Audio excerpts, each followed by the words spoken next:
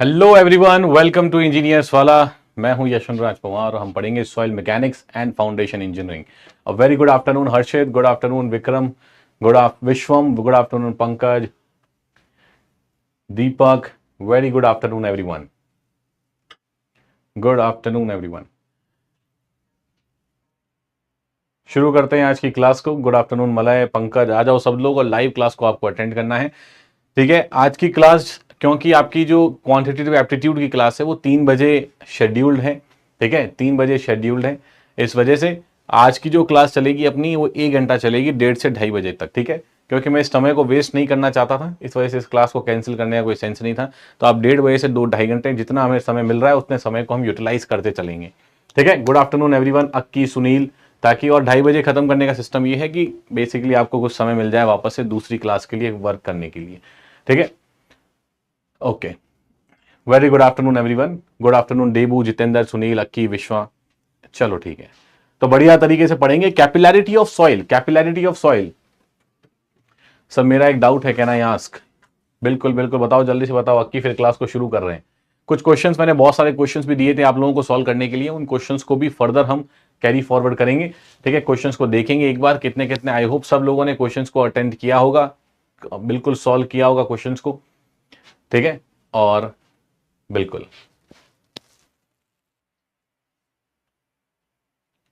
How are you sir? I am very fine, how are you all? जल्दी से बताओ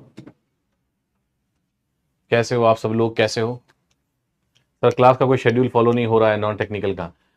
अभिषेक हो जाएगा, ठीक है।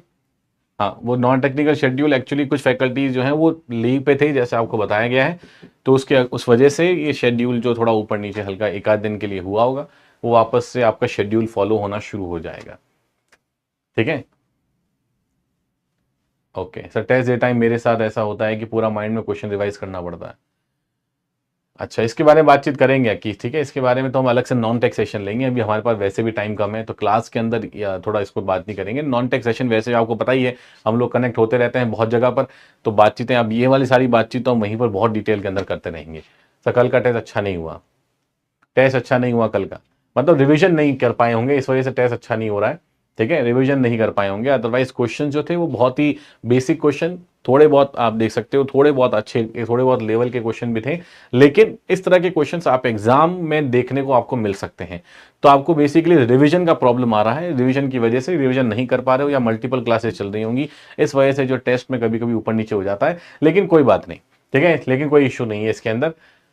ठीक है, धीरे धीरे मार्क्स अपने आप टाइम के साथ इंप्रूव होते चले जाएंगे। सर प्लीज एक बार डाउट सेशन भी लीजिए कभी, बिल्कुल पहले ये मेन तो खत्म होने दो। डाउट तो चलो आ जाएंगे, डाउट तो हम वैसे भी आपके साथ वहां पर डाउट इंजन आपका है, वहां पर डाउट लगातार पूछते रहो, वहां से भी आपके क्वेश्चन सॉल्व किए जाते हैं, बैक एंड टीम से क्वेश्चन सारे सॉल्व कर दिए जाते हैं।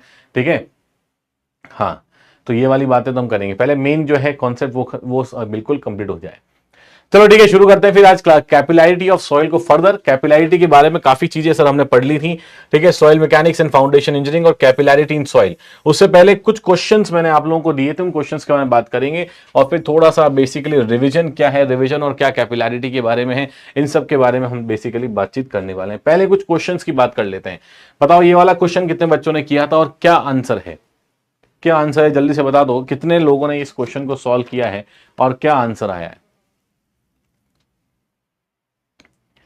पेड टेस्ट सीरीज जो पहले लेना तो अभी तक नहीं मिल पाया है। पेड टेस्ट सीरीज की बातें चलो बहुत पहुंचा देंगे। विश्वम आप अपनी डिटेल शेयर कर देना, मैं उसको आगे पहुंचा दूंगा। ठीक है, जल्दी से बताओ, पहला पूरा फोकस देखो, 1 घंटे की क्लास है, पूरा फोकस, टाइम वेस्ट नहीं करना है हमें, पूरा फोकस यहाँ लगाओ। बताओ क्या आंसर आया था, क्या सब लोगों का क्या कितना आंसर आ रहा है? ए आंसर आ रहा है। देबू, सुनील, सत्यवीर, मलय, पंकज, गणेश, गुड आफ्टरनून गणेश, जल्दी से देखो क्या आंसर आ रहा है। ए 18.85। ठीक है, देखते हैं इस क्वेश्चन को किस तरह से क्या क्या सॉल्व किया होगा आप लोगों ने इस क्वेश्चन के अंदर।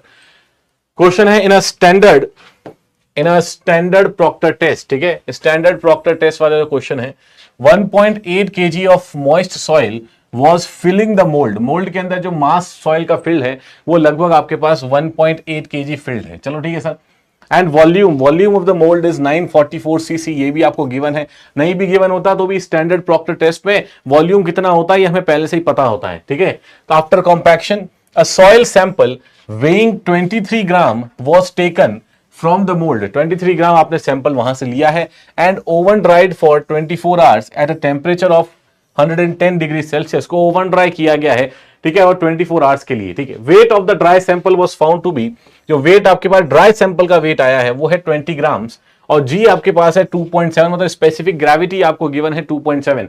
The theoretical maximum value of dry unit weight of the soil at the water content is equal to, तो ये आपसे पूछा गया है कि जो पर्टिकुलर वाटर कंटेंट यहां पर बन रहा है उस वाटर कंटेंट के ऊपर आपके पास थ्योरेटिकल मैक्सिमम वैल्यू क्या रहने वाली है ड्राई यूनिट वेट की, मतलब गामा डी मैक्सिमम आप लोगों से पूछा गया था। ठीक है सर, बढ़िया चीज है, ये तो नॉर्मल है। स्टैंडर्ड प्रॉक्टर टेस्ट के अंदर स्टैंडर्ड प्रॉक्टर देखो क्या क्या गिवन है, सबसे पहले वहां की बात कर लेते हैं। हमेशा मैंने आपको बताया सबसे पहले आपको गिवन के बारे में देखना है क्या क्या गिवन है, ठीक है। ये मान लो एक सॉइल सैंपल है या फिर ये मोल्ड है, ये मोल्ड आपके पास 944 सीसी का मोल्ड है और इस मोल्ड के अंदर बताया गया है कि आपके पास 1.8 केजी ऑफ सॉइल सैंपल है। तो जितना आपका सॉइल सैंपल यहां पर पड़ा है, this soil sample is basically 1.8 KG, ठीक है। इस 1.8 केजी में से this is 1.8 kg of soil sample. अब इस 1.8 kg में से a sample weighing 23 gram was taken from the mould, तो यहां से आपने क्या किया, इसी से आपने 23 ग्राम सैंपल बाहर निकाला मोल्ड से, ठीक है, taken from the mould. This 23 gram taken from mould, ये आपने सैंपल यहां से उठाया, बढ़िया सर, ठीक है, उठा लिया। आगे देखो, was taken from the mould and oven dried for 24 hours. अब ये जो सैंपल 23 ग्राम का आप लोगों ने उठाया था, इसी को हम ओवन ड्राई कर रहे हैं, ठीक है, इसी को ओवन ड्राई कर रहे हैं। तो यहीं पे 23 ग्राम वाले सैंपल को आपने क्या किया होगा, आपने इसको ओवन ड्राई किया होगा फॉर 24 आवर्स और उसके बाद जो आपके पास जो वेट ऑफ ड्राई सैंपल बचा, वो वेट ऑफ ड्राई सैंपल बचा 20 ग्राम, ठीक है, वेट ऑफ ड्राई सैंपल बचा 20 ग्राम। तो ये क्या हो गया सर हमारे पास, this is basically the weight of dry sample, this is basically the weight of dry sample जो हमारे पास बचता है, ठीक है। जैसे क्वेश्चन बोल रहा है वैसे हम साथ साथ करते जा रहे हैं, यही इस क्वेश्चन का डेटा गिवन था, ये सारी वैल्यूज आपको गिवन है। स्पेसिफिक ग्रेविटी भी क्वेश्चन के अंदर गिवन है विच इज 2.7, ये आपको 2.7 स्पेसिफिक ग्रेविटी भी क्वेश्चन के अंदर प्रोवाइडेड है, ठीक है सर। यहां तक की बातें क्लियर है। तो पूछा क्या है हमें पूछा है कि बता दो कि आपके पास थ्योरेटिकल मैक्सिमम ड्राई यूनिट कितना होगा, मतलब गामा डी मैक्स की वैल्यू आपको निकालनी है। For example gamma D max अगर कैलकुलेट करना है तो हमें पता है कि ये होता है जी gamma W upon 1 plus W G, क्या मतलब जी gamma W upon 1 plus W G, ये आपके पास होता है maximum, this is the maximum unit weight, ठीक है। अब यहीं पर देखोगे स्पेसिफिक ग्रेविटी हमें प्रोवाइडेड है, गामा डब्ल्यू हमें पता ही है, यहां से 1 plus water content, basically water content आपको निकालना है। वाटर कंटेंट निकालोगे तो वाटर कंटेंट होता है आपके पास weight of water to weight of solid, ये होता है water content, weight of water to weight of solid. तो यहां से वेट ऑफ वाटर निकाल लो, कैसे निकालोगे, सॉइल सैंपल 23 ग्राम का था, इसका सॉइल सैंपल 23 ग्राम का, इसका मतलब है इसके अंदर सॉलिड्स और वाटर दोनों है। ओवन ड्राई कर दिया आपने तो पानी चला गया, बचा कितना 20 ग्राम। इसका मतलब है यहीं से आप क्या कर सकते हो कि वेट ऑफ वाटर को कैलकुलेट कर सकते हो, दैट इज 23 ग्राम जो कि मॉइस्ट सैंपल था, उसमें से अगर ड्राई सैंपल को माइनस करोगे तो यहां आपके पास इतना पानी का कंटेंट आ जाएगा, इतना आपके पास पानी का वेट आ जाएगा, ठीक है। तो दिस इज 3 ग्राम, तो ये आपको 3 गिवन है। और weight of solids, wait of solid क्या होगा, जो ड्राई सैंपल का वेट है वही वेट ऑफ सॉलिड होने वाला है। इसका मतलब WS भी क्वेश्चन के अंदर आपको गिवन है विच इज 20 ग्राम, तो यहां पर लिख दो इसको 20 ग्राम, देखिए दिस इज 20 ग्राम। तो कितना आ जाएगा आपके पास, कितना आ जाएगा, ये परसेंटेज कितना आ रहा है, ये परसेंटेज देखो कितना आ रहा है 3/20, मतलब 0.15, मतलब 15%। तो 15% आपके पास मॉइस्चर कंटेंट आ रहा है यहीं से, ठीक है, ये आपके 15% मॉइस्चर कंटेंट आ रहा है, इसी को पुट कर दो यहीं पर। और वैल्यूज किसमें पूछी है, kilo newton per metre square में पूछी है आपको, किसकी वैल्यू, गामा डी की value, kilo newton per metre cube होना चाहिए था, चलो कोई बात नहीं। तो यहां पर देखो दिस इज 2.7 कर देंगे सही उसको, यहां पर gamma W is 9.81 kilo newton per metre cube, 1 plus W कितना आपके पास, दिस इज 0.15 और ये आपके पास आ जाएगा 2.7। करके देखो कितना आ रहा है जल्दी से, कितनी वैल्यू आ रही है, 2.7 into 9.81 divided by 1 plus 0.15 multiply by 2.7, that means ये आ रही है 18.85। So this is coming out to be 18.85 kilo newton per metre cube, kilo newton per metre cube, ये यूनिट वेट आपके पास आ जाना चाहिए था यहां पर, दैट इज 18.85, ठीक है। तो करेक्ट आंसर आपके पास यही आ रहा है, A is the right answer, correct answer आपके पास ए हो जाएगा। सब लोगों ने बहुत ही बढ़िया तरीके से क्वेश्चन को सॉल्व किया, बस इसी तरीके से आपको अगर क्वेश्चन को समझते रहोगे तो ज्यादातर क्वेश्चन आपके सॉल्व हो जाएंगे अच्छी तरीके से। नव्या कह रही है गामा डब्ल्यू का वैल्यू 1 ग्राम पर सीसी क्यों नहीं लिया? देखो क्यों नहीं लिया, क्योंकि यहां पर ऑप्शंस के अंदर देखो यूनिट क्या पूछी है आपसे, यूनिट पूछी है नव्या kilo newton per metre cube के अंदर, ठीक है, ये गामा डी मीटर क्यूब में होता है, तो kilo newton per metre cube के अंदर आपसे पास यूनिट्स पूछी गई हैं। अगर यूनिट किलो न्यूटन में पूछी गई है तो हमें गामा डब्ल्यू की वैल्यू भी किलो न्यूटन में लेनी पड़ेगी। तो ये सब चीजें आज के बाद आप लोगों को सब पता ही है कि अगर मैं ये बोलता हूं कि this is 9.81 kilo newton per metre cube, similarly अगर 9.81 multiply by 10⁻³ Newton per metre cube, और अगर ग्राम पर सीसी में बोला जाएगा तो दिस विल बी योर 1 ग्राम पर सीसी। ये वैल्यूज अलग अलग होती हैं, यूनिट्स को देख के आपको चूज करना है गामा डब्ल्यू किस तरह से आप ले सकते हो, तो वहीं से ज्यादातर क्वेश्चन आपके सॉल्व हो जाएंगे। इस तरह की गामा डब्ल्यू की वैल्यूज अलग अलग होती हैं, ठीक है। आ जाओ नेक्स्ट क्वेश्चन के ऊपर। नेक्स्ट क्वेश्चन क्या था? आई थिंक सिंपल क्वेश्चन था ये, तो थोड़ी लैंग्वेज अगर समझ जाते तो बढ़िया तरीके से कर सकते थे क्वेश्चन को। आ जाओ नेक्स्ट क्वेश्चन के ऊपर। नेक्स्ट क्वेश्चन है अ सॉइल यील्डेड, जल्दी से बताओ क्या आंसर आया इस क्वेश्चन का,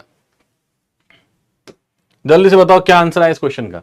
a soil yielded a maximum dry unit weight of 18 kilo newton per metre cube. एक सॉइल है जिसका मैक्सिमम ड्राई यूनिट वेट आया आपके पास 18 kilo newton per metre cube, ठीक है, at a moisture content of 16%, 16% moisture content पर, during a standard Proctor test. यहां भी स्टैंडर्ड प्रॉक्टर टेस्ट बोला गया है आपको। What is the degree of saturation of the soil if it specific gravity is 2.65। तो गिवन क्या है? स्पेसिफिक ग्रेविटी गिवन है और डिग्री ऑफ सैचुरेशन आपको पूछा गया है, डिग्री ऑफ सैचुरेशन आपको पूछा गया है, ठीक है। सब लोगों का आंसर आ रहा है 95.5, B B B B B, Deepak का बी, देबू का बी, सत्यवीर, अक्की, विश्वम, सबका आंसर आ रहा है बी। बी मतलब हो गया आपके पास 95.50। चलो देखते हैं क्या क्या डेटा गिवन है। आई थिंक सब लोगों ने क्वेश्चन सॉल्व किया है, बहुत बढ़िया है, अच्छी बात है। ये क्वेश्चन सब लोगों को सॉल्व करना है। अभी तक भी मुझे लग रहा है काफी बच्चे तो कमेंट कर भी नहीं रहे हैं, का जितने भी स्टूडेंट्स लाइव हैं सब एक बार कमेंट करेंगे क्या आंसर आ रहा है उनका, ठीक है, ताकि मुझे आइडिया लगता रहे साथ साथ कितने बच्चे लाइव हैं यहाँ पर। अ soil yielded a maximum dry unit wait, तो देखो यहां आपके पास गामा डी मैक्सिमम ये आपको प्रोवाइडेड है which is 18 kilo newton per metre cube, इतना प्रोवाइडेड है at a moisture content of 16%। तो यहां आपके पास जो मॉइस्चर कंटेंट है which is 16%, this is given to you already. During a standard Proctor test degree of saturation पूछा है, what should be the degree of saturation अगर स्पेसिफिक ग्रेविटी 2.65 होता है तो।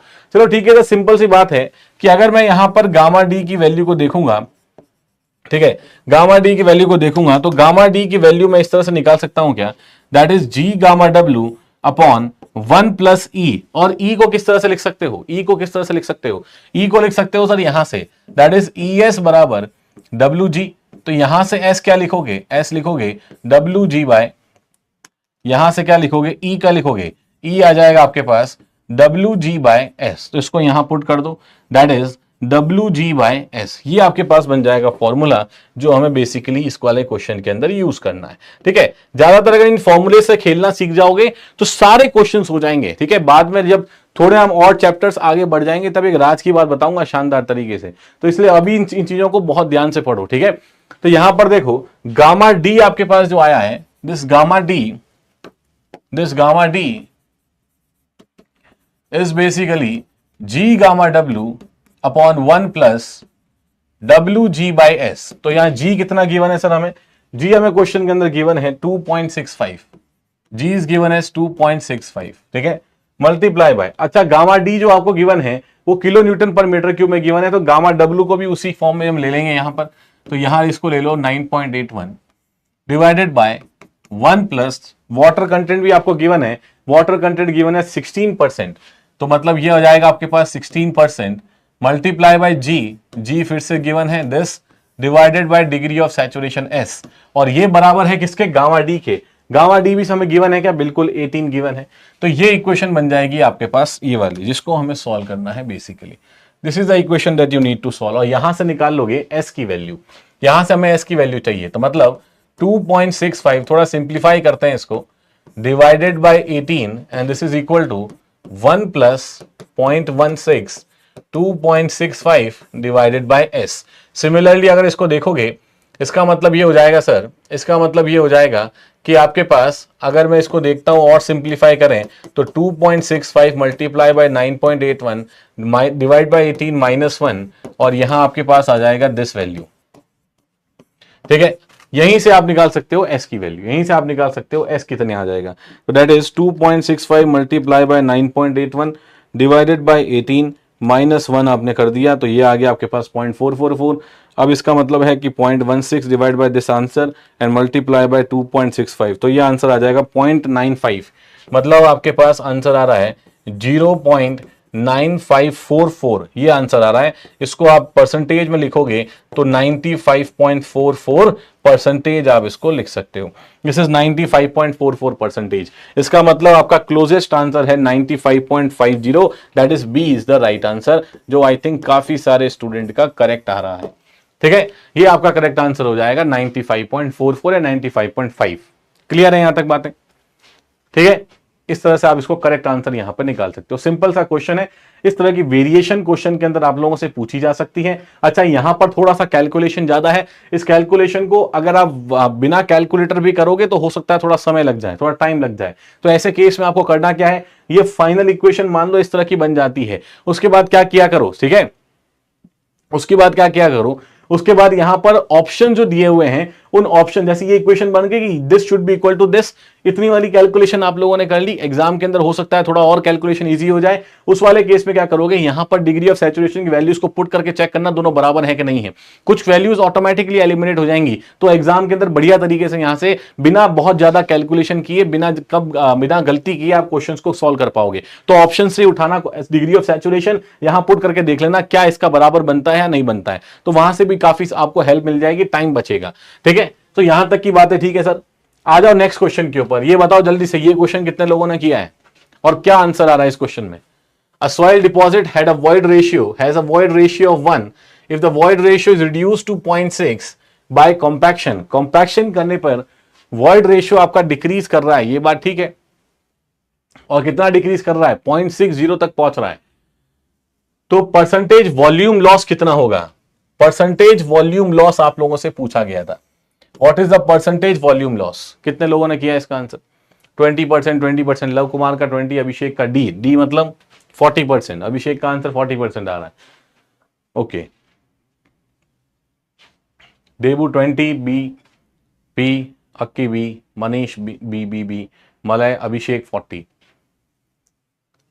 नव्या राज बी, मोहित 30%, मोहित कहें 30% आंसर, मतलब अलग अलग आंसर है। ये भी आ गया, ये भी आ गया, ये भी आ गया और ये भी आ गया, तीनों ऑप्शंस आ गए हैं।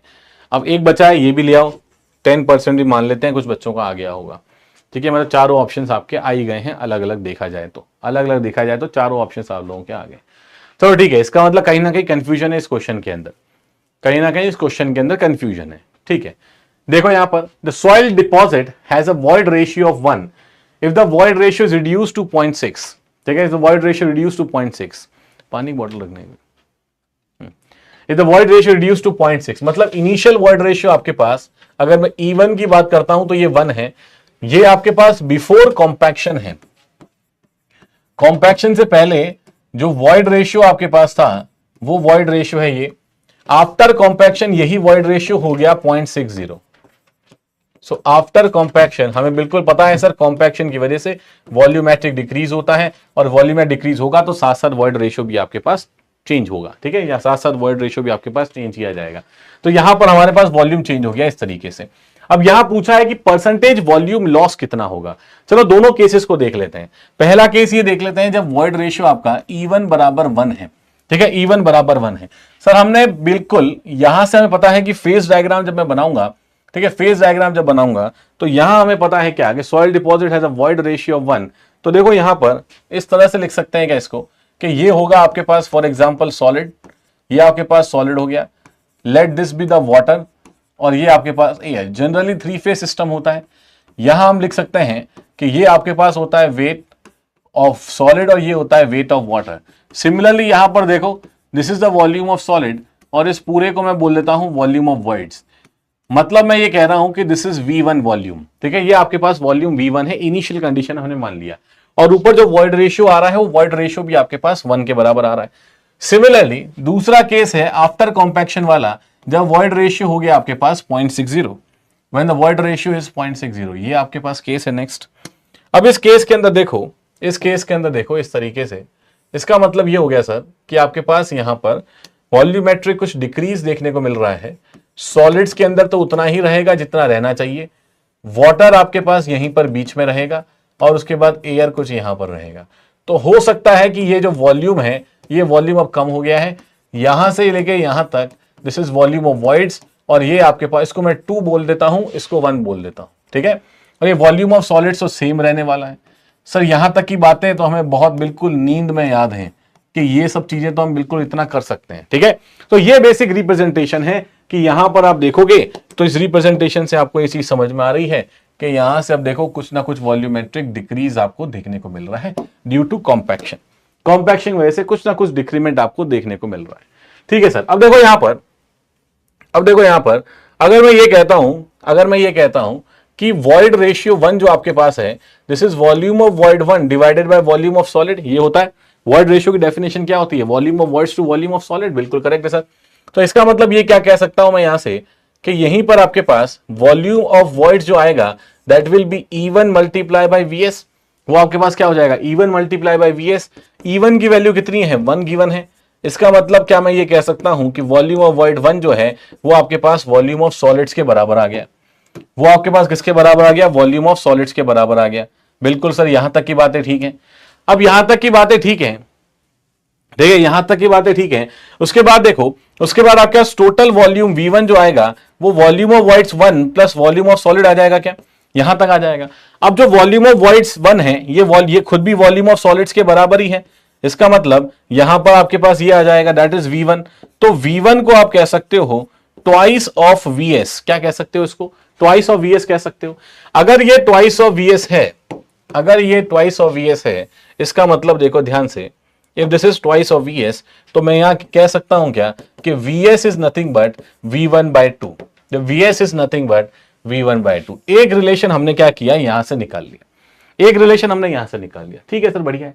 दूसरा देखो वहां से निकालते हैं आफ्टर कॉम्पैक्शन क्या स्थिति है वहां से। देखो स्टेप बाय स्टेप करोगे, सारे क्वेश्चंस कभी गलत होंगे ही नहीं, ठीक है। स्टेप बाय स्टेप पढ़ने की कोशिश किया करो क्वेश्चंस को। सेकंड देखो, अगर मैं वॉइड रेशियो लिखता हूं E2, एकदम बेसिक से किया करो क्वेश्चंस को, तो void ratio 2 divided by volume of solid, ये आपके पास है, क्लियर है।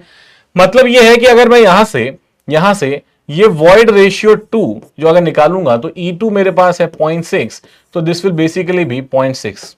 तो ये बन जाएगा आपके पास इस तरह से। बिल्कुल सर, यहां तक की बातें तो क्लियर है।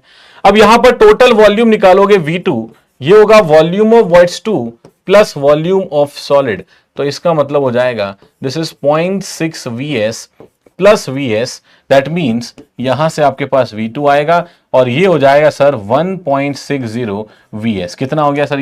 ये हो गया सर हमारे पास 1.60 VS। कैसे निकाला? VS को कॉमन लिया होगा तो 1 प्लस ये आपके पास आई गया, सिंपल। यहां तक की बातें मुझे लगता है बहुत सिंपल हैं, ज्यादा फर्क पड़ नहीं रहा होगा, ज्यादा मतलब दिक्कत नहीं आ रही होगी। यहां से यहां तक का बात समझ में आ रही है, यहां से यहां तक की बात समझ में आ रही है, कैसे यहां से यहां तक हम बेसिकली आए हैं। अच्छा, V2 आपके पास आया 1.60 VS में, और VS मेरे पास V1 बाय 2 है। इसका मतलब क्या मैं लिख सकता हूं कि यहां पर 1.60 मल्टीप्लाई बाय V1 बाय 2 लिख सकता हूं क्या? तो ये मेरे पास क्या बन जाएगा?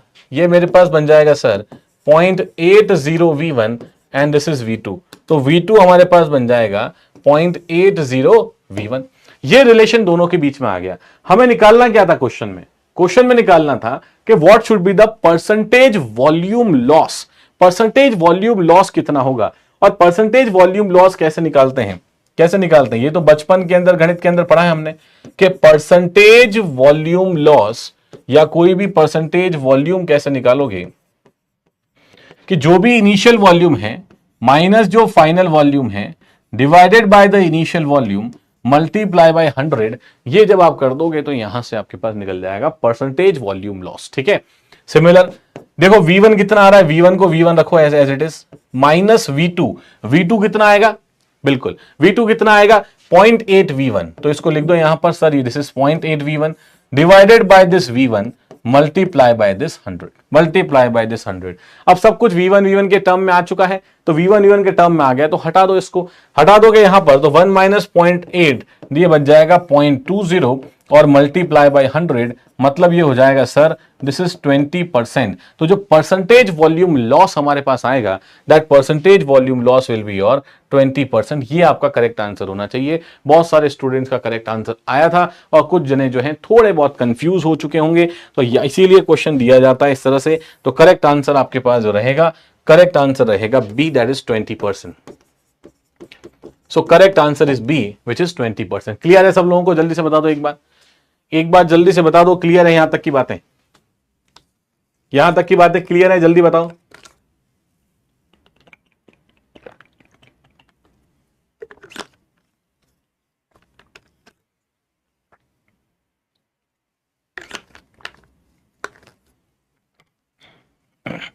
बिल्कुल हर्षित, निकाल सकते थे, बिल्कुल वैसे भी निकाल सकते थे, ठीक है, हाँ बिल्कुल वैसे भी निकाल सकते थे, लेकिन क्योंकि सारे कॉन्सेप्ट जो अभी तक पढ़े हैं उनको आप किस तरीके से सॉल्व करोगे, किस तरीके से देखा जाए, ठीक है, इस वजह से उसको इस तरह से हमने किया है।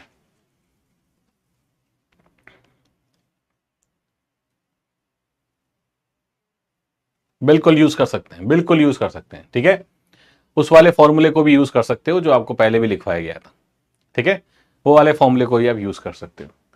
तरीके हैं, देखो एक सिंपल तरीका तो पहले ही आप लोगों को पता है, ठीक है, ठीक है ना, सिंपल तरीका तो पहले ही आप लोगों को पता है कि डेल्टा वी बाई वी करके भी आप निकाल सकते हो। सेकंड अप्रोच जानने के लिए तो आते हैं सब, है ना, ठीक है।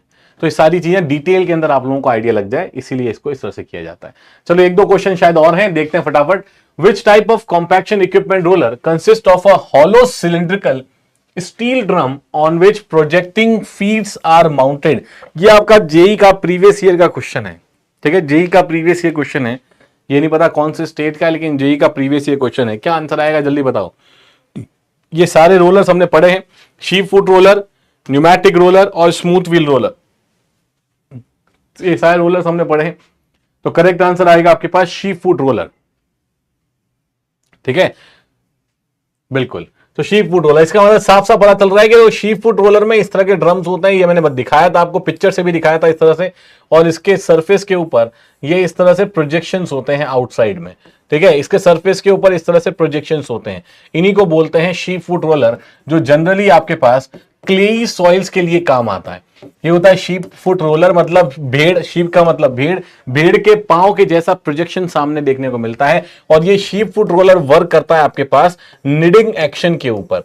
ये भी हमें पता है सर, निडिंग एक्शन के ऊपर वर्क करता है और जनरली सूटेबल है हाईली प्लास्टिक या फिर क्लेई सॉइल्स के लिए। ये भी हमें पता चल गया है, क्योंकि क्लेई सॉइल जो है, क्लेई सॉइल जो है वो आपके पास क्या रहेगा, क्लेई सॉइल जो है वो वाइब्रेशन का कोई फर्क नहीं पड़ता है क्लेई सॉइल्स के ऊपर। इस वजह से करेक्ट आंसर आपके पास क्या आ जाएगा, correct answer will be your 1, मतलब first A will be the right answer for this question. और भी क्वेश्चन है क्या? चलो बढ़िया है, फटाफट बताओ इस क्वेश्चन का क्या आंसर आया है। What is the negative pressure in water just below the meniscus in the capillary tube of diameter 0.1? Diameter आपको 0.1 दिया है. Filled with water, the surface tension is 0.075 Newton per meter and the wetting angle is 10 degree. Wetting angle आपको 10 degree given है. ये भी question था जो capillary से आया था. ठीक है, कैपिलरी से इस क्वेश्चन को किया था हमने. डेबू नव्या सबका आंसर आ रहा है ए. ठीक है, मतलब आप लोगों ने क्वेश्चंस को सॉल्व किया है अच्छे तरीके से. चलो बढ़िया है. देखो ध्यान से देखो, ये नेगेटिव प्रेशर पूछा है water just below the meniscus. इसका मतलब सीधा सीधा सा ये है कि मतलब ये मान लो आपके पास कोई कैपिलरी ट्यूब रही होगी, ये आपके पास कुछ कैपिलरी ट्यूब रही होगी और यहीं पर आप कैपिलरी ट्यूब में देखोगे तो यहां हमें पता है कि कुछ इस तरह का मेनिस्कस फॉर्म हुआ होगा.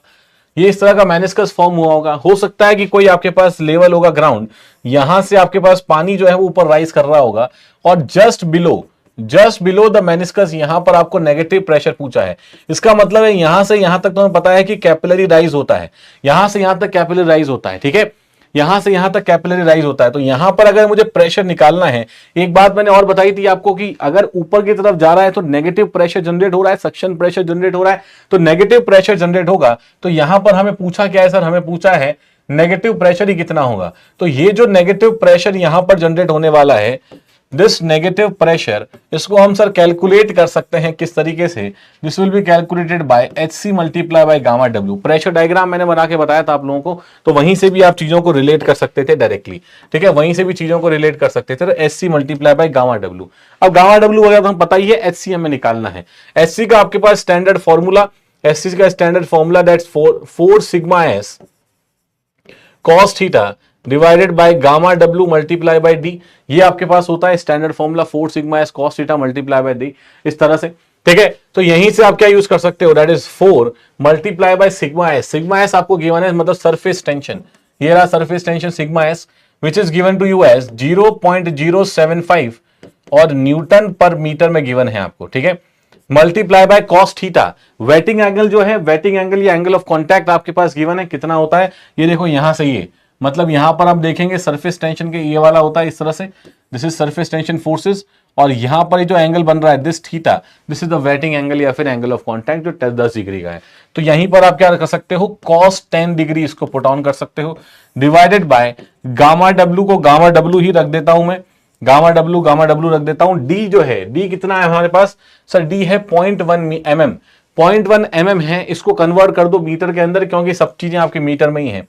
तो 0.1 multiply by 10 to the power -3, इतना मीटर हो जाएगा आपके पास, इतना क्या हो जाएगा, इतना मीटर हो जाएगा, ठीक है, इतना आपके पास मीटर हो जाएगा। तो ये आपकी पूरी HC की वैल्यू आएगी कुछ इस तरीके से। अब इस नेगेटिव प्रेशर अगर हमें कैलकुलेट करना है तो सर गामा डब्ल्यू क्यों नहीं लिखा, देखो वहां पर कट जाएगा गामा डब्ल्यू, इसलिए इसको हमने लिखा भी नहीं है कैलकुलेशन के अंदर। तो नेगेटिव प्रेशर जब हमें कैलकुलेट करना है तो इसका मतलब है 0.4 multiply by 0.075 cos 10 degree divided by gamma W multiply by 0.1 multiply by 10 to the power -3 और मल्टीप्लाई बाय गामा डब्ल्यू। तो यहां से ये कैंसिल आउट हो जाएगा।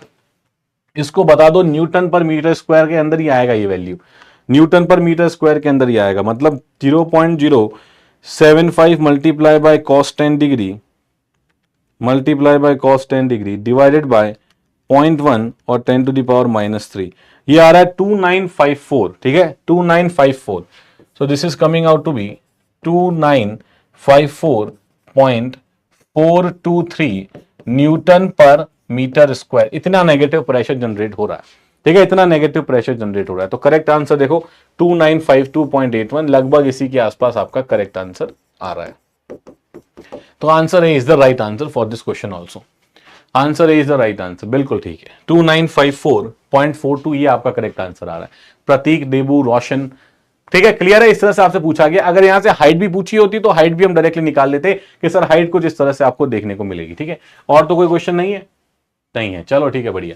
आई थिंक सारे क्वेश्चंस यहां पर कवर हो चुके हैं। कुछ न्यूमेरिकल्स में जानबूझ के आप लोगों को देता हूं ताकि आप प्रैक्टिस करके आओ उनको एक बार, तो बेटर वे में हम उसको आगे समझ सकें, ठीक है। उन्हीं कॉन्सेप्ट्स को ज्यादातर आप हर जगह अप्लाई करोगे तो लगभग सारे न्यूमेरिकल क्वेश्चंस भी आपके साथ साथ होते रहेंगे। थ्योरी तो मुझे लगता है हो ही रहे होंगे, ठीक है। अब देखो कैपिलैरिटी की बातें हमने बहुत सारी करी थी, कैपिलैरिटी के बारे में हमने बहुत सारी बातें करी कि कैपिलैरिटी आपके पास सरफेस टेंशन की वजह से होता है। उसके बाद हमने कोहेजन फिनोमेना की बात करी थी, एडिशन फिनोमेना की बात करी थी, राइज इन कैपिलरी की बात करी की और फॉर्मूले को भी हमने डिराइव किया था। उसके बाद हमने प्रेशर डायग्राम्स के बारे में बात करी थी कि प्रेशर डायग्राम नेगेटिव पॉजिटिव किस तरह से हो रहा है, ठीक है। ये सारी बातें मैक्सिमम कहां आता है, ये सारी बातें हमने करी।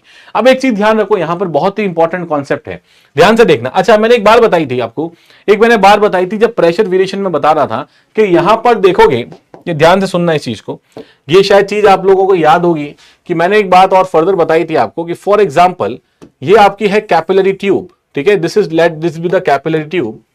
सर ये हमारे पास है कैपिलरी ट्यूब इस तरह से, और यहां पर मान लो कि ये मेनिस्कस फॉर्म हो रहा है ऐसे, ठीक है, ये मेनिस्कस फॉर्म हो रहा है इस तरीके से।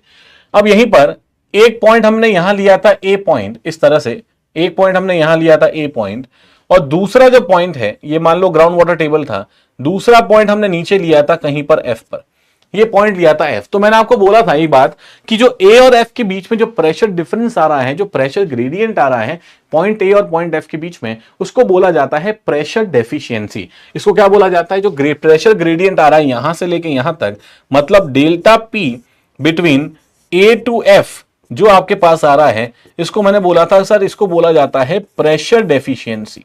डेफिनेशन में लिखवाया था मैंने कि ये होता है प्रेशर डेफिशिएंसी। ये जो प्रेशर डेफिशिएंसी है इसी को सक्शन प्रेशर भी बोला जाता है। क्या बोला जाता है इसको? इसी को सक्शन प्रेशर भी बोला जाता है। तो एकाध कभी क्वेश्चन आपसे पूछा गया है किसी एग्जाम के अंदर regarding the suction capacity of the soil, तो वहां से भी आप ये चीज देख सकते हो कि सक्शन कैपेसिटी उसके सक्शन प्रेशर पर डिपेंड करेगा, और सक्शन प्रेशर क्या होता है? प्रेशर डेफिशिएंसी का ही पार्ट है। ठीक है, प्रेशर डेफिशिएंसी को ही सक्शन प्रेशर भी बोलते हैं। तो कभी अगर वो क्वेश्चन आपके सामने आए तो उसको बहुत बढ़िया तरीके से सॉल्व कर लेना, क्योंकि उसके रिगार्डिंग सारे कॉन्सेप्ट आपको बता दिए। अब देखो यहां पर एक कॉन्सेप्ट और है जो ध्यान से समझना इस चीज को, क्या कॉन्सेप्ट है कि फॉर एग्जाम्पल अगर मैं मान के चलता हूं कि ये आपके पास सॉइल मास है, ये इस तरह से कोई सॉइल मास है, ठीक है। अब इस सॉइल मास के अंदर ये कोई कैपिलरी ट्यूब बनी होगी इस तरीके से।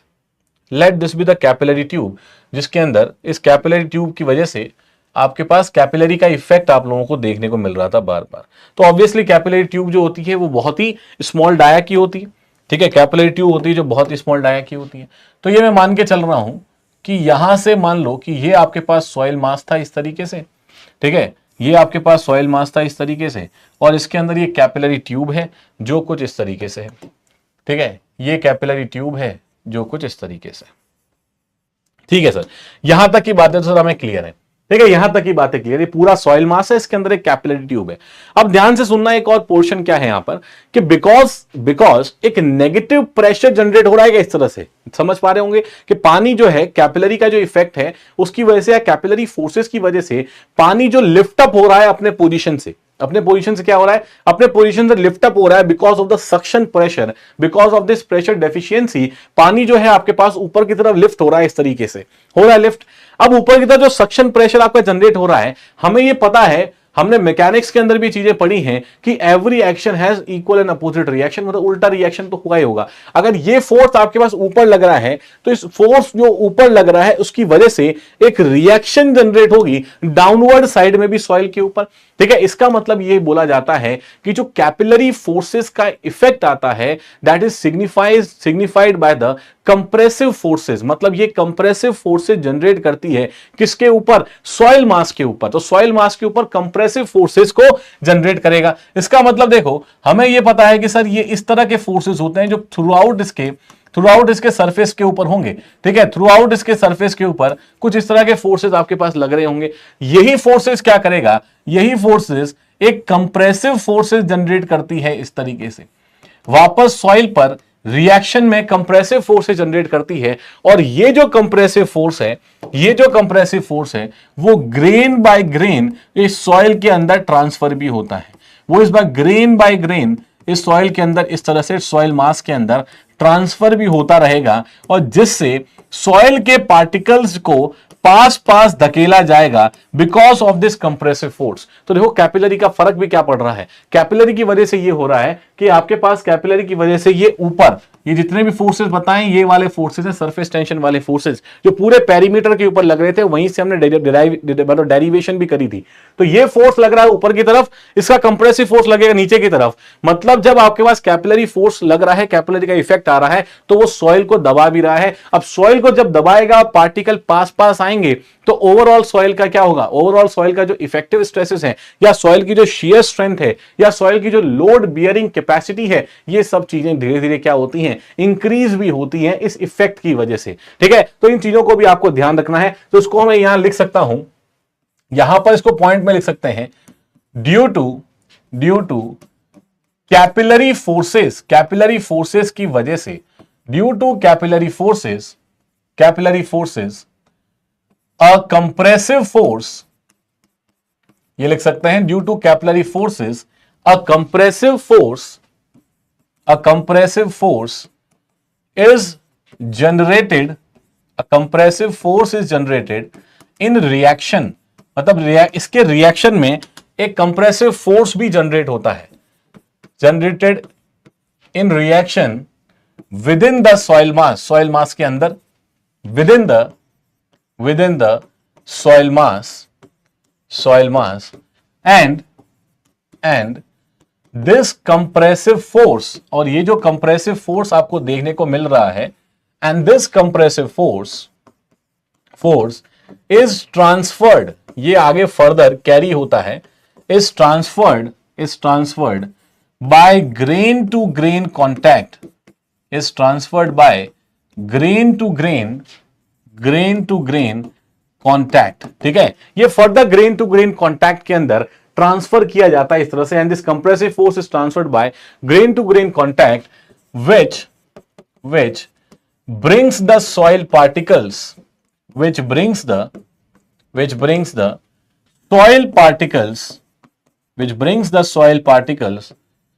within the mass closer to each other, मतलब आपस में पास ले आता है। अब यहां से ड्यू टू दिस इफेक्ट, इस वजह से क्या होगा, इस इफेक्ट की वजह से क्या होगा, due to this effect the shear strength of soil, the shear strength and load bearing capacity, दोनों ही, the shear strength and load bearing capacity of the soil is found to increase, इस वजह से क्या होगा, ये बढ़ेगा। ठीक है, तो यहां पर लोड कैपेसिटी आपके पास क्या होने वाली है, इंक्रीज होने वाली है। ठीक है, यहां पर इंक्रीज होने वाली। सरफेस टेंशन में टेंशन फोर्स लगता है तो भी कंप्रेसिव फोर्स आएगा। नहीं समझे सर, बहुत ही बढ़िया, पूरी कहानी हो गई। उसके बाद यही तो समझाया था मैंने आपको। यहां पर जब आपके पास, यहां पर कुमार सोनू देखो, यहां पर ये जो सरफेस है, ये मान लो कैपिलरी ट्यूब है आपके पास। ठीक है, सॉइल के इफेक्ट की बात बता रहा हूं, फ्लूइड को अपने दिमाग से एक बार साइड कर देना। फ्लूइड में जो भी पढ़ा होगा मुझे नहीं पता, उसको एक बार साइड करना। मैं सॉइल के अंदर इसके एडिशनल इफेक्ट के बारे में बता रहा हूं। क्या होता है यहां पर कि मान लो इस सरफेस की वजह से, पार्टिकल फोर्सेस की वजह से यहां एक सक्शन फोर्स लग रहा है, जिसकी वजह से ये फोर्स जो है वो ऊपर लग रहा है इस तरह से, मतलब इस पूरे पेरीमीटर पर ये फोर्स ऊपर की तरफ लग रहा है। ठीक है, इसके फोर्स ऊपर की तरफ लग रहा है। तो सॉइल के अंदर देखो इफेक्ट कैसे आ रहा है। सॉइल के अंदर एक तरह से इफेक्ट ऐसे आएगा कि ये आपने सॉइल के मास को दबाया और यहां से पानी को ऊपर खींच रहे हो, ये सॉइल के मास को दबा के पानी को ऊपर खींच रहे हो। इसको प्रैक्टिकली आप ऐसे देख सकते हो। तो इस कैपिलरी इफेक्ट की वजह से एक compressive effect in reaction generate होता है कि कोई भी फोर्स जो ऊपर लग रहा है वो इन रिएक्शन एक नीचे की तरफ भी फोर्स लगा रहा है आपके पास, जो सॉइल के ऊपर लगेगा। और ये जो फोर्स है ये धीरे धीरे करके सॉइल में ग्रेन टू ग्रेन कॉन्टैक्ट से उन पार्टिकल्स को पास लेने की कोशिश करता है। ठीक है, जैसे फॉर एग्जांपल एक तरीका और समझ लो इस चीज को। जैसे फॉर एग्जांपल अगर आपको मैंने दे दिया, क्या अगर आपको मैं दे देता हूं, जैसे फॉर एग्जांपल वैक्यूम पंप होता है। ठीक है, वैक्यूम पंप में सक्शन प्रेशर को आप मेंटेन कर सकते हो, कंट्रोल्ड वे में सक्शन लगा सकते हो। तो अगर मैं आपको वैक्यूम पंप दे दूंगा, तो वैक्यूम पंप अगर आप किसी पर्टिकुलर, मान लो सॉइल मास है, उसके अंदर आप वैक्यूम पंप लगाओगे और उसको सॉइल के अंदर के पानी को सक करने की कोशिश करोगे, समझना ध्यान से, सक करने की कोशिश करोगे, तो जब उसको सक करोगे, जो नेगेटिव प्रेशर जनरेट होगा ना, उसके रिएक्शन के अंदर एक सॉइल के ऊपर कंप्रेसिव फोर्स भी लगेगा, मतलब सॉइल के ऊपर धक्का भी लगेगा इस तरह से। तो ये रिएक्शन वाले फोर्सेस जनरेट होते हैं उसके अंदर। इसी का सेम एग्जांपल आप वहां भी देख पाओगे जब हम फाउंडेशन के अंदर पढ़ेंगे। फाउंडेशन के अंदर क्या पढ़ेंगे सर, फाउंडेशन के अंदर जब हम पढ़ेंगे आगे चल के नेगेटिव स्क्रीन फ्रिक्शन के बारे में, उस समय भी हम देखेंगे जब पाइल का मूवमेंट नीचे की तरफ होता है, जब हम सॉइल को नीचे की तरफ दबाने की कोशिश करते हैं तो सॉइल भी तो ऊपर की तरफ जा रही है। जब पाइल को नीचे ले जा रहे हैं तो सॉइल भी तो ऊपर जा रही है। उसकी वजह से जो फ्रिक्शन पॉजिटिव जनरेट होना चाहिए था, उसके अलावा नेगेटिव जनरेशन आपका फ्रिक्शन का देखने को मिलता है, मतलब एक फोर्स और आपको देखने को मिलता है। तो सिमिलरली बहुत सारी चीजें यहां पर रिलेट कर सकते हो। तो हमें बस इतना यहां समझ लो कि जितना फोर्स ऊपर लग रहा है वो फोर्स नीचे भी फर्दर आपके पास सॉइल के अंदर as a force, as a compressive force transfer होता है। इसी कंप्रेसिव फोर्स को हम ग्रेन टू ग्रेन कॉन्टैक्ट से देखते हैं और इसकी वजह से कहीं ना कहीं थोड़ी सी आपके पास क्या होती है, लोड बियरिंग कैपेसिटी, और कहीं आप देखोगे तो साथ ही साथ आपका शियर स्ट्रेंथ जो सॉइल है वो भी थोड़ी बहुत इंक्रीज होती है यहां पर। ठीक है, तो ये एक बेसिक कॉन्सेप्ट है। ठीक है, ये एक बेसिक कॉन्सेप्ट है जो यहां पर आपको देखने को मिलेगा। इस चीज को भी ध्यान रखना। ऑल्दो ये कॉन्सेप्ट कहीं पूछा नहीं गया है, आज तक पूछा नहीं है किसी ने इसके बारे में, लेकिन ये भी एक एक्स्ट्रा कॉन्सेप्ट है जो आप लोगों को ध्यान रखना है। ठीक है सर, अब देखो यहां पर, ठीक है, अब देखो सर यहां पर अभी तक जो हमने बातें करी सारी, अभी तक जो सारी बातें करी हमने कैपिलैरिटी से रिलेटेड, वो सारी बातें हमने देख ली। ठीक है, अब कैपिलैरिटी देखो कि होता क्या है कि कैपिलैरिटी के फॉर्मूलेज के अंदर कुछ ना कुछ मॉडिफिकेशन किया जाता है। रीजन क्या है इसका समझना ध्यान से, क्योंकि कैपिलैरिटी में हमने तो ये समझ लिया कि हमारे पास पूरा सॉइल मास जो है वो कंप्लीट एक यूनिफॉर्म सॉइल मास है। हम तो ये कह रहे हैं एक बढ़िया शानदार सी कैपिलरी ट्यूब बन गई इस तरह से और पानी बढ़िया से ऊपर खींचा जा रहा है। अरे ऐसे थोड़ी होगा, कैपिलरी ट्यूब कभी भी एकदम या इस तरह की एकदम जैसे आपको फ्लूइड के अंदर देखने को मिलती है वैसी एकदम स्ट्रेट इस तरह की कैपिलरी ट्यूब कभी देखने को मिलेगी नहीं। मतलब वो कुछ ऐसे ऐसे डिपेंडिंग अपॉन द पार्टिकल्स, ये कुछ इस तरह से आपको कैपिलरी एक्शन देखने को मिलता है।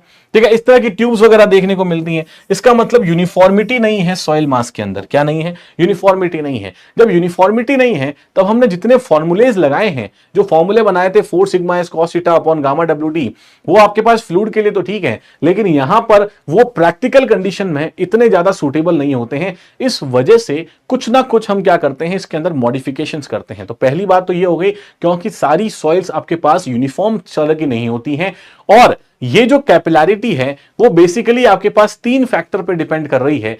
एक आपके पास डिपेंड करती है कि पार्टिकल साइज क्या है, दूसरे आपके पास डिपेंड करती है कि वॉइड की साइजेस क्या है, तीसरे आपके पास डिपेंड करती है कि पैकिंग एफिशिएंसी कितनी है।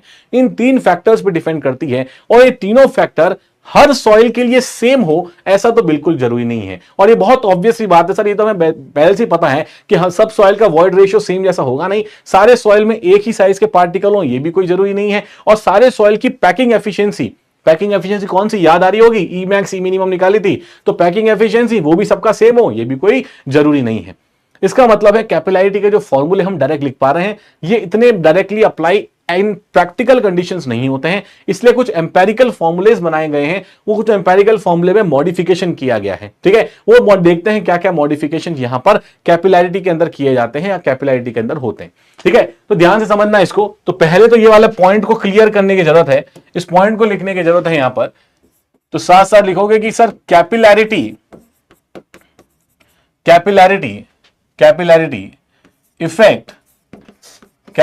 Effect defined by using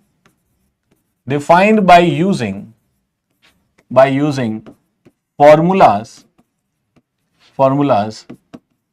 is not suitable for all types of soil। हर तरह की सॉइल्स के लिए ये सूटेबल नहीं है। For all types of soil, हर तरह की सॉइल के लिए सूटेबल नहीं है। देयरफॉर, इस वजह से Therefore, certain modifications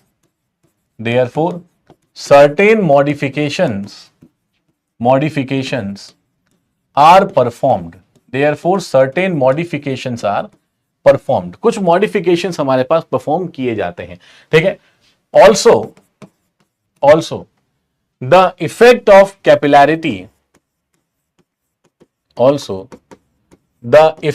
of capillarity depends upon, किस पे डिपेंड करता है? depends upon size of particles,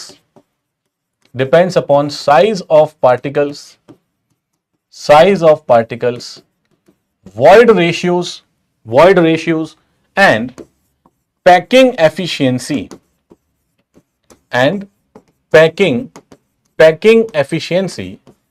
of the soil mass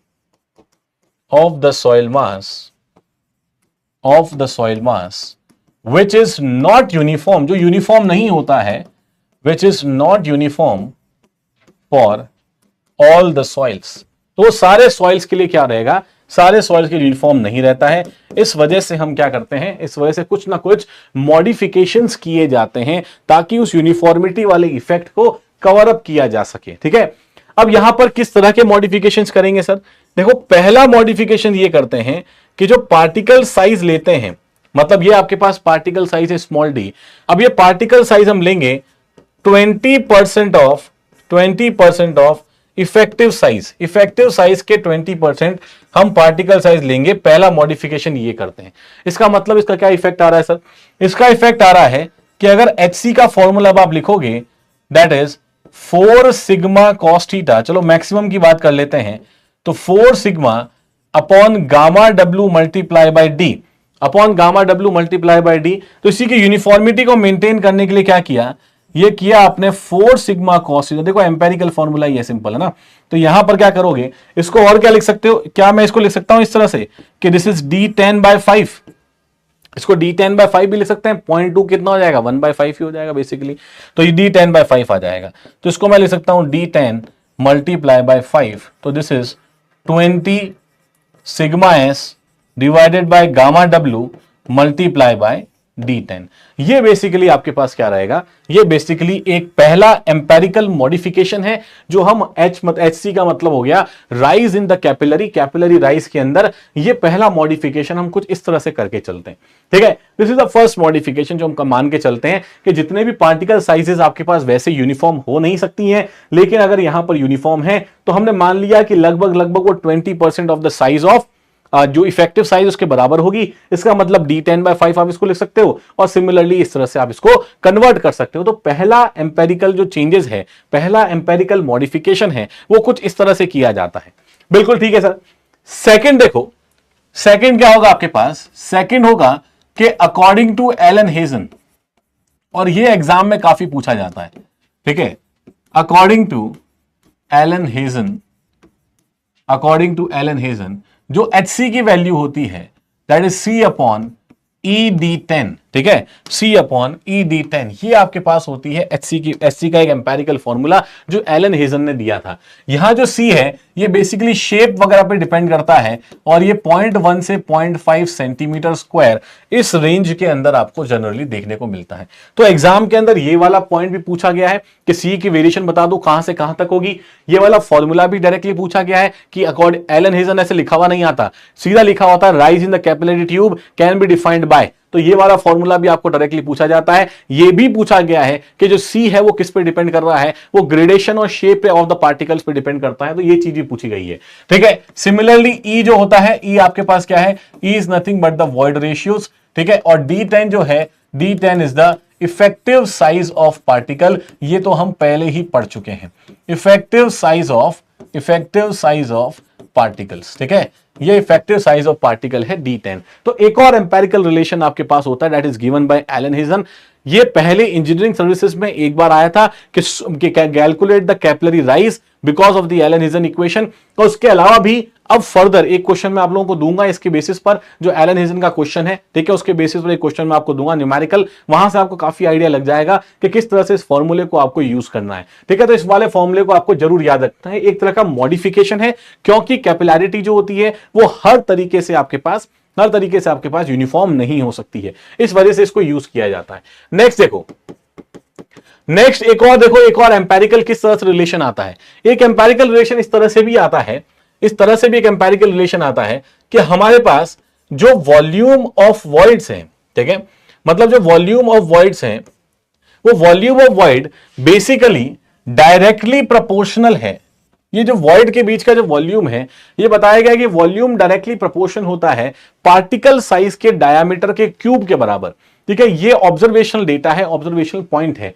क्या पूछा, क्या बताया गया कि जैसे फॉर एग्जांपल ये सारे पार्टिकल साइजेस हैं इस तरह से, ठीक है, ये सारे पार्टिकल हैं, और पार्टिकल है तो इनकी जो साइज होगी, मतलब डाया के बारे में बात कर रहा हूं, तो डाया आपके पास D है, वॉल्यूम ऑफ वर्ड्स का मतलब इनके बीच का जो वॉल्यूम है ये, अच्छा, बेसिकली इसके पैकिंग एफिशिएंसी पर तो डिपेंड कर रही होगी।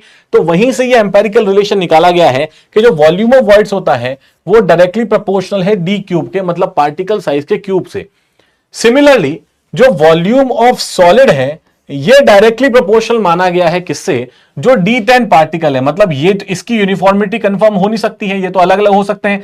तो ये मान लिया कि D10 मतलब जो इफेक्टिव साइज ऑफ पार्टिकल है, ये सारे एम्पेरिकल चीजें हैं। तो इफेक्टिव साइज ऑफ पार्टिकल के बारे में तो इसको मान लिया कि ये कुछ इस तरह से डिपेंड करता है, ये ऑब्जर्वेशनल डेटा है, यहां से आपको डायरेक्टली मिल गया, ठीक है। तो यहां से फर्दर क्या कन्वर्ट किया है सर, फर्दर ये कन्वर्ट किया है कि वॉइड रेशियो होता है volume of voids to volume of solid. तो volume of voids to volume of solid का मतलब हो गया कि D³ बाय D10 का होल क्यूब। तो यहां से मैं वॉइड रेशियो को कह सकता हूं इस रिलेशन के अकॉर्डिंग कि ये आपके पास कुछ इतना हो जाएगा। इसको फर्दर अगर आप सॉल्व करोगे तो D/D10 जो आएगा वो आ जाएगा E⁻⁴। इसका मतलब है यहां से आपने क्या किया, यहां से आपने डायमीटर का मॉडिफिकेशन कर रहे हैं हम लोग। तो डायमीटर के अंदर क्या मॉडिफिकेशन किया कि this D will be equal to E⁻⁴ multiply by D10।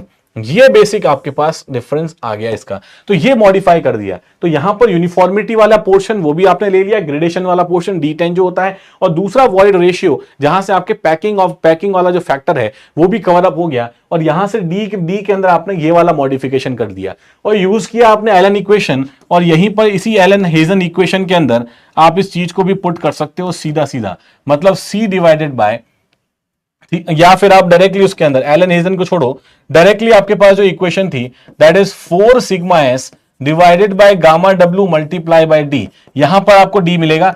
तो ये मैक्सिमम इक्वेशन की मैं बात कर रहा हूं, मैक्सिमम राइज की बात कर रहा हूं, तो डी आपके पास आ जाएगा e की पावर 1/3 D10। लेकिन हमेशा इस चीज को आपको ध्यान रखना है, हमेशा इस चीज को ध्यान रखना है कि क्वेश्चन सॉल्व करते वक्त अगर वहां पर यह दिया हो कि आपको मॉडिफाइड इक्वेशंस को यूज करना है, तभी आप इस तरह से जाओगे। अदरवाइज आपको डायरेक्टली बस ये वाला फॉर्मूला यूज करते रहना है हर बार, और वहीं से आपको आंसर देखने को मिलेगा। ये जो सारी चीजें बताई गई हैं, ये सारे मॉडिफिकेशंस किए जाते हैं ताकि आपके पास जो सॉइल का एक्चुअल या प्रैक्टिकल सिग्निफिकेंस या सॉइल की प्रैक्टिकल पैकिंग, वॉइड रेशियो, उसके बारे में हम बातचीत कर सकें।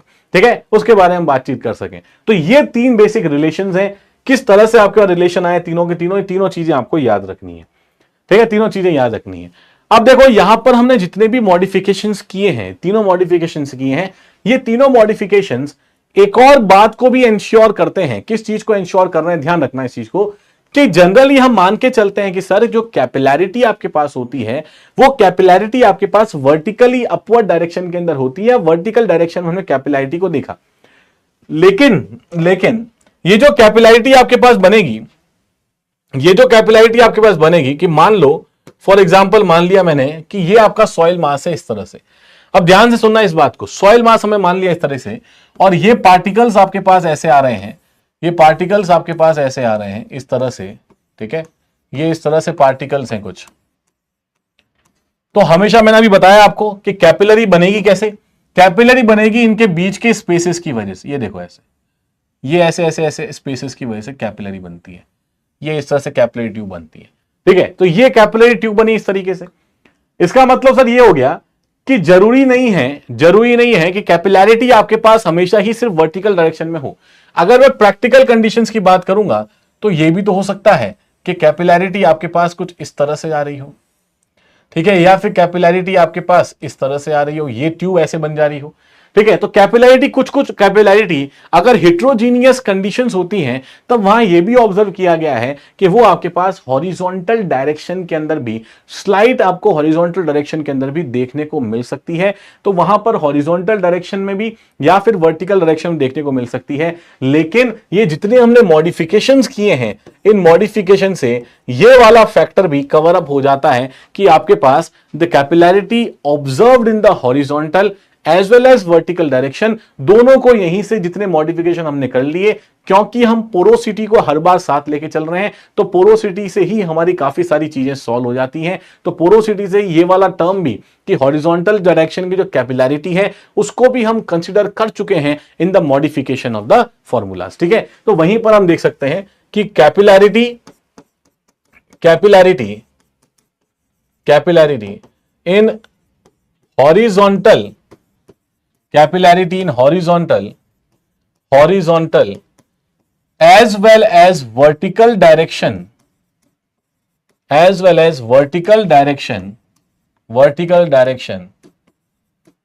is taken care of, मतलब इनके बारे में डिसाइड कर लिया गया है, is taken care of in the above modifications। ये जो ऊपर हमने मॉडिफिकेशन किए हैं उसके अंदर इस बातों का भी ध्यान रख लिया गया है कि आपके पास जो सॉइल आ रही है उसके अंदर आपको थोड़ा बहुत हॉरिजॉन्टल डायरेक्शन में भी चीजें, मतलब कैपिलैरिटी देखने को मिल सकती है। ठीक है, उस चीजों का भी हमने यहां पर ध्यान रख लिया है पहले से ही। तो ये सारे मॉडिफिकेशंस हैं कुछ जो हमें देख के चलने थे। आई थिंक ये मॉडिफिकेशंस क्लियर हो गए होंगे। जल्दी से बता दो एक बार, यहां तक की बात बताओ जल्दी से, क्लियर है क्या? क्लियर है यहां तक?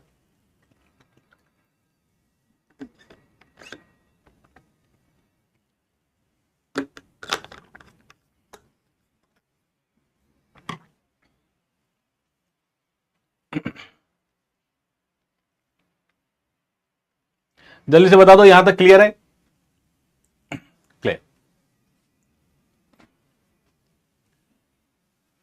बिल्कुल।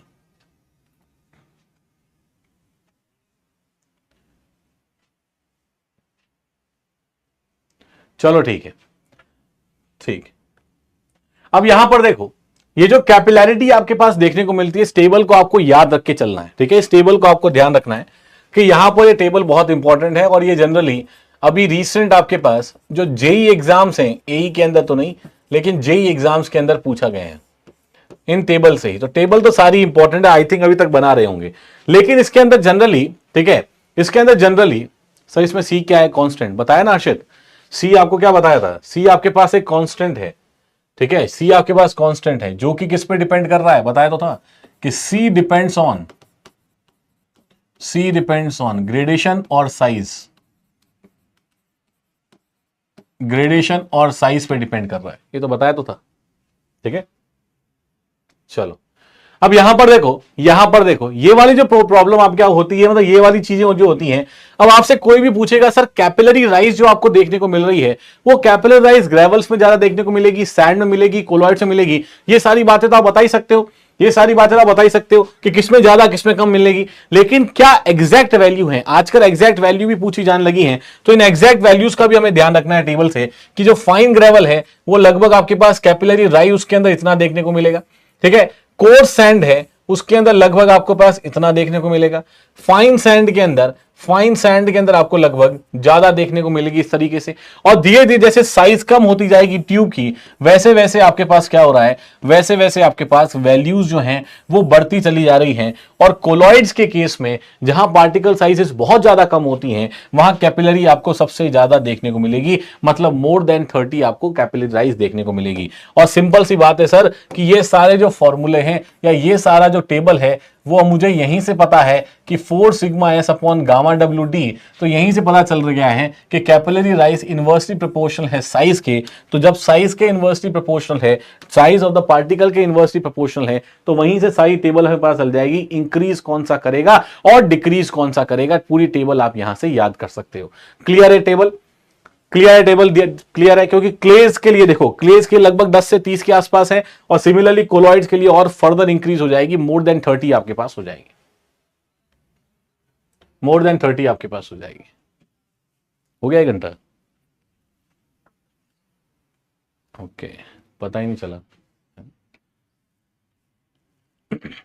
चलो ठीक है, फिर अब जो नेक्स्ट कॉन्सेप्ट है, नेक्स्ट कॉन्सेप्ट को फिर अब अगली क्लास में देखेंगे, नेक्स्ट कॉन्सेप्ट अगली क्लास में देखेंगे। एक घंटे में तो कुछ पता ही नहीं चल रहा है, 1 घंटा तो कैसे निकल गया कुछ पता भी नहीं चला। चलो ठीक है, आप लोगों की 3 बजे से क्लास भी है, ठीक है। तो जितना, जब तक ये 20-25 मिनट जो है, इस 20-25 मिनट में जितना अभी तक करवाया है ज्यादा नहीं होगा, उसके जितना भी बैकलॉग है उसको फटाफट क्लियर कर लेना, ठीक है। 3 बजे आपकी क्लास भी है एप्टीट्यूड की, ठीक है ना, 3 बजे आपकी एप्टीट्यूड की क्लास भी है।